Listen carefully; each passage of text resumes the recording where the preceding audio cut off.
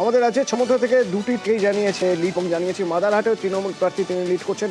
হাড়োয়া খবরের গণনার শেষে জিয়াউল রয়েছেন আমার সঙ্গে। কি খবর পাচ্ছি জিয়াউল, কত ফুটে এগিয়ে?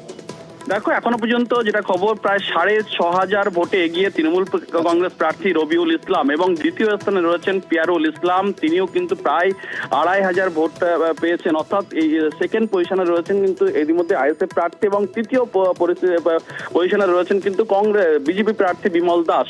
অর্থাৎ প্রথম রাউন্ডের গণনার শেষে এখনো পর্যন্ত যেটা খবর, প্রায় তৃণমূল কংগ্রেস প্রার্থী 6,500 ভোটে কিন্তু এগিয়ে রয়েছে। ফলে সকাল থেকেই কিন্তু একেবারে গণনা কেন্দ্রের যেটা উৎসাহ মানুষের, কিন্তু ইতিমধ্যে শাসক দলের পক্ষ থেকে বিভিন্ন জায়গায় কিন্তু ইতিমধ্যে আবির খেলাও শুরু হয়ে গেছে। ইতিমধ্যে 6,500 ভোটে প্রথম রাউন্ডে রয়েছে, 6,500 ভোটে এগিয়ে রয়েছে তৃণমূল কংগ্রেস প্রার্থী রবিউল ইসলাম।